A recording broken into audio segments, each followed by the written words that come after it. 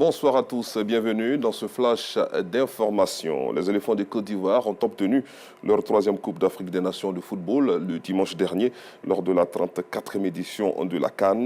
Un sacre qui équivaut à 3 étoiles sur le maillot de notre équipe nationale. Et selon le constat de nos reporters Abdoulaziz Guira et Georgette Ido Fofana, certains commerçants ont déjà commencé la vente des maillots à 3 étoiles.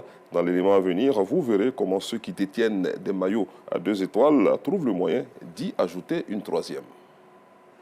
4 jours se sont écoulés après le sacre des éléphants de Côte d'Ivoire à la CAN, Coupe d'Afrique des Nations 2023. Au marché Forum dans la commune d'Adjamé, des maillots de l'équipe nationale floqués 3 étoiles déjà disponibles. 3 étoiles est déjà sorti chez nous ici. À Yamewa, on voit les 3 étoiles, voilà ça. Voilà les 3 étoiles là. Tous les clients qui viennent là, ils demandent 3 étoiles.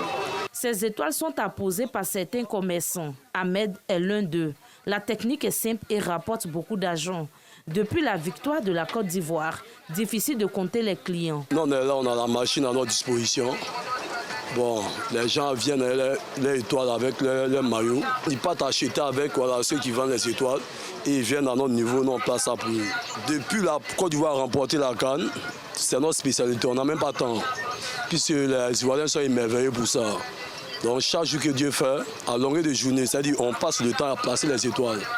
Chacun veut porter un maillot à 3 étoiles. Voilà, pour être dans le temps roi. On fait ça à 500 pour les favoriser.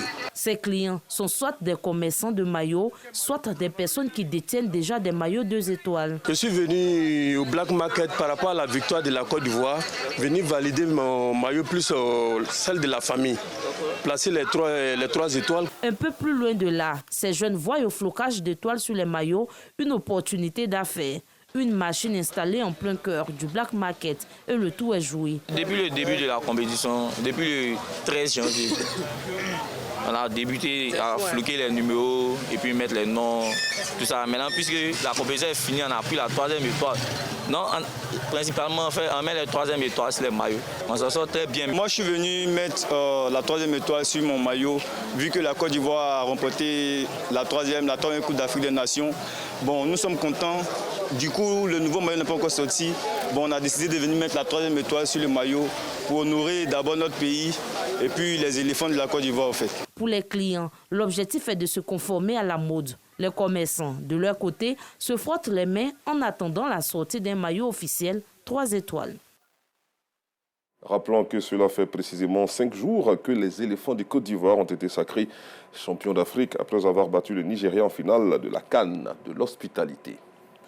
Toujours à propos de la fête du football africain, la Société ivoirienne de la promotion de l'homme a organisé une manifestation d'hommage au premier capitaine des éléphants de Côte d'Ivoire, le chef de l'État Alassane Ouattara, pour son implication constructive à la réussite de la CAN 2023. C'était le week-end dernier dans la commune d'Abobo. Le reportage de Yacouba Koulibaly et Assita Diarra vous sera proposé tout à l'heure dans la grande édition. Direction Anyama pour parler transport.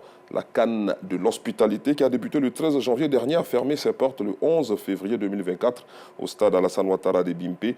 Anyama est l'une des villes ayant abrité la compétition. Pour qu'elle soit une réussite, divers corps de métier se sont impliqués, notamment les transporteurs qui n'ont pas voulu rester en marge dans la cité de la Kola. Ils ont été des acteurs majeurs de la compétition pour leur engagement dans la mobilité des supporters.